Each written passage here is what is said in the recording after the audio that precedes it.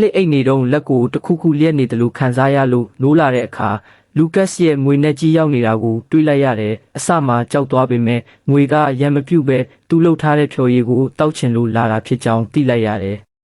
အဲ့ဒီနောက်ညတိုင်းငွေကြီးကဖြော်ရည်လာတောက်တတ်ပြီးလစ်လည်းအိတ်ခါနီးတိုင်းဖြော်ရည်တစ်ခွက်ခြံထားပေးတယ်ဒါပေမဲ့ငွေကအရန်ရင်ကြီးလွန်းလို့လာတိုင်းလစ်ကိုနိုးပြီးခွင့်တောင်းတာကြောင့်လစ်အိတ်ရေးပြက်နေခဲ့တယ်တနေ့မှာလစ်ရဲ့တငယ်ချင်းကေးလီကငွေကြီးကိုမြင်ပြီးလစ်ကိုစားသွားပြီးထင်ကတိုက်ခိုက်လိုက်တဲ့ကေးလီရဲ့စွမ်းအားကပိုကြီးနေတော့ငွေကြီးမနိုင်ပဲသူ့ရဲ့မော်ဦးတိုင်ကိုပါအသိမ်းခံလိုက်ရတဲ့ဦးတိုင်မရှိတော့တဲ့ငွေကြီးကငွေသေးလေးတစ်ကောင်ဖြစ်သွားတယ်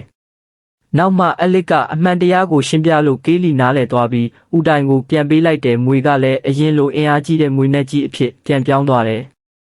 မကြခင်လူကတ်ဇနီးရွေးမဲ့အချိန်ရောက်လာတယ်လစ်ကလည်းရွေးချယ်ခံမဲ့မိန်းကလေး90ထဲမှာပါနေတဲ့လူတိုင်းကလူကတ်အားလုံးကိုနှင်ထုတ်မဲ့ထင်ထားပေမဲ့သူကလစ်ကိုတတိထားမိသွားတယ်သူ့ငွေတောင်ခင်မင်သွားရတဲ့မိန်းကလေးမျိုးစိတ်ဝင်စားပြီးလစ်ကိုမနှင်ထုတ်ပဲကိုပိုင်အစီခံအဖြစ်ခန့်အပ်လိုက်တယ်